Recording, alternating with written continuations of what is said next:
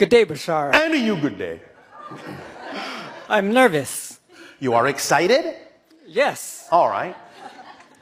I wanted to thank you, previous transmission where you talked about the blue light technique. Yes.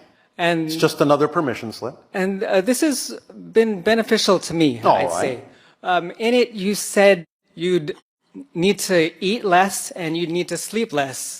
And I've experienced this in that I only need to eat once a day and All I right. don't need that much sleep. All right. And I also think it's because I follow my passion most of the day where I'm creating art and becoming the artist that I've been in denial of. Hold on a moment. Did you say most of the day? Most of the day. Not all of the day? Not all the, oh, I'm speaking in terms of when I create art. Well, but aren't there other things you do that are also representative of your passion? In other words, when you are finding yourself to be tired, isn't it then your passion to relax and go to sleep? Yes. So that's still following your passion. Remember, acting on your excitement, as we say, doesn't mean you're jumping up and down with your hair on fire. It can be a state of balanced peace and relaxation too. That's another expression of following your passion if that's what's relevant for that moment for you. Okay. So does that change the definition now to all of the day? Sure. Oh, that was convincing. Okay. I'll Yeah, make that, sure. I'll Whatever. make that real. I'll make it real. All right. My question had to do with taking the next step in my creativity and turning it into a business. And I realized that I have my own beliefs that prevent me from doing this. Is there some... Hence, you were actually accurate when you said most of the day. Since obviously what you're saying is, this is out of alignment with your passion in terms of the way in which you're going about this. Otherwise, you would have no trepidation. You would have no fear about it. Mm-hmm. Do you understand that when we talk about the idea of acting on your excitement, we also mean that all the components need to be aligned? What it is that excites you, where it is it excites you, when it excites you, with whom it excites you.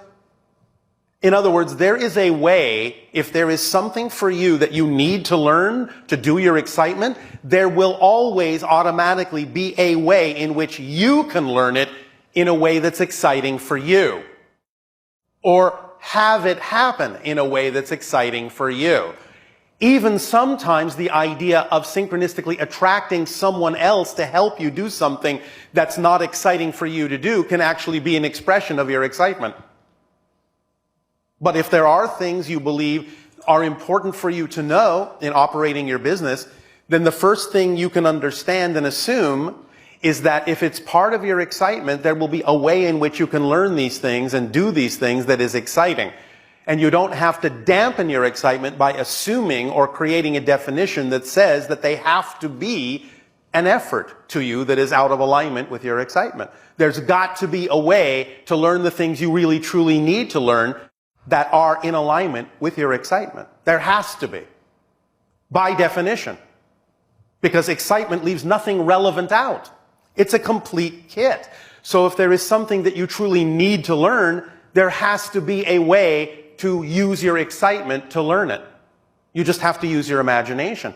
Think outside the box, as you humans say. Is there something similar to the blue light technique that I can use to make that? Since you asked that question, I'm assuming there must be for you. Or you wouldn't have thought to ask the question. What is it about your imagination that you don't trust?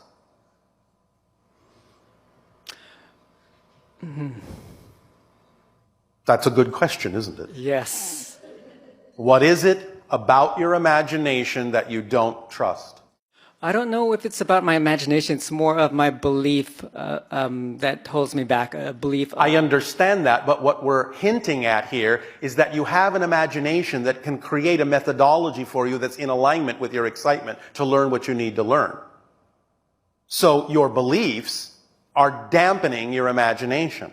Mm-hmm. You understand? Yes. So, if you let go of the belief that you don't have the wherewithal to have the imagination to figure out what will work for you, yes? Yes. But if you let go of that belief, your imagination will work for you. You will know what will work. You'll be attracted to what will work for you. That's why you'll be attracted to it.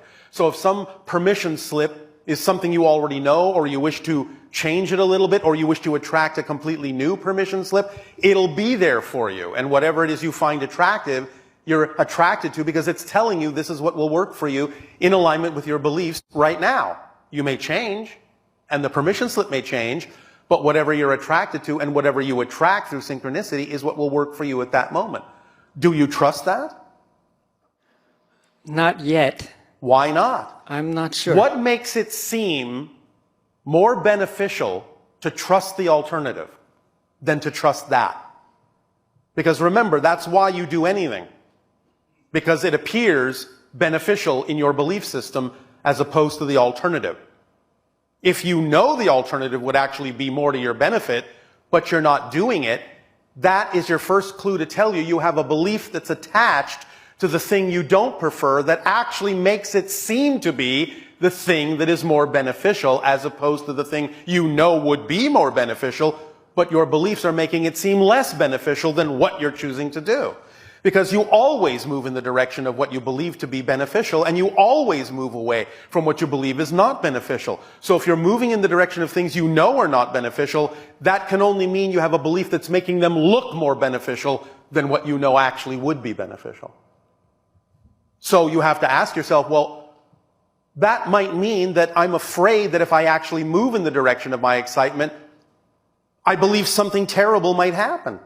You're creating a contradictory definition about what might happen if you follow your joy.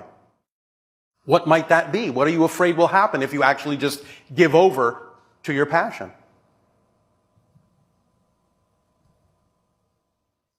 Again, I'm not sure. Oh, yes, you are. You can't get away with that. What are you afraid might happen if you don't hold back on your passion?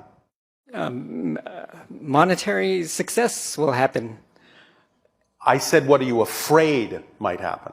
Are you afraid of monetary success? I think I have a fear of success. Why? What do you think will happen if you succeed? And first of all, what does success mean to you? Define success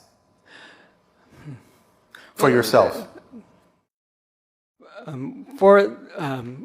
It has to do with money and what I feel about money. And what do you feel about money? And how a belief that rich people are greedy and corrupt.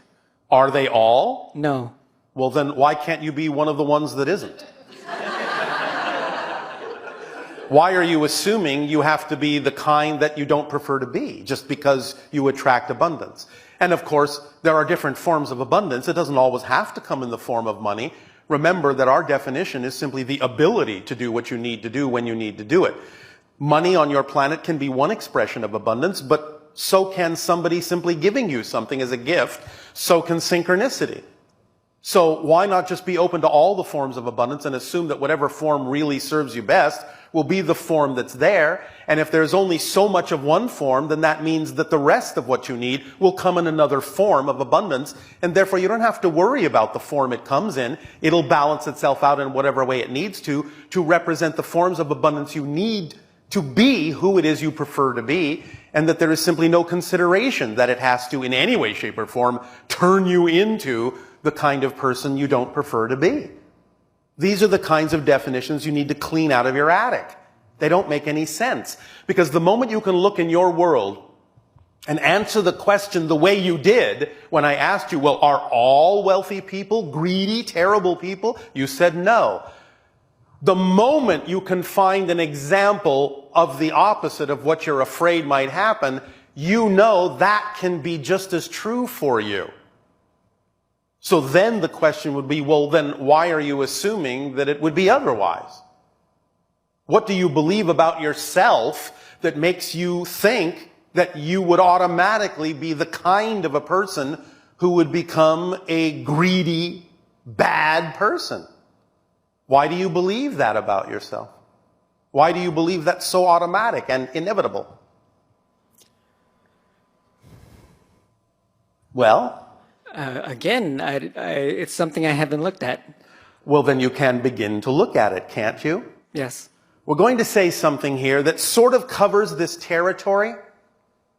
Apply it however it makes sense to you, all of you. But pay attention to this concept.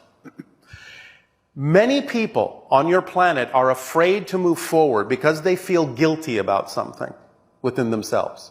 You follow me? And that guilt holds them back. And in a lot of cases, they feel that they need to be guilty to keep themselves in check. It's what you're saying. If I don't feel guilt, I might run amok. You follow me? Yes. But in fact, just the opposite is true. The fact that you are actually even capable of feeling guilt means you automatically know who you prefer to be and would never actually intentionally do anything harmful. Because if you actually believed that you were not a good person, you would never feel the guilt. Do you understand the paradox here? Yes. The fact that someone feels guilt means they have nothing to feel guilty about. That's the paradox. Someone who is, in your terms, sociopathic never feels guilt. So the fact that you might at first feel the guilt is your signal that you will always pay attention to what you're doing. You will always have a positive intention about your actions.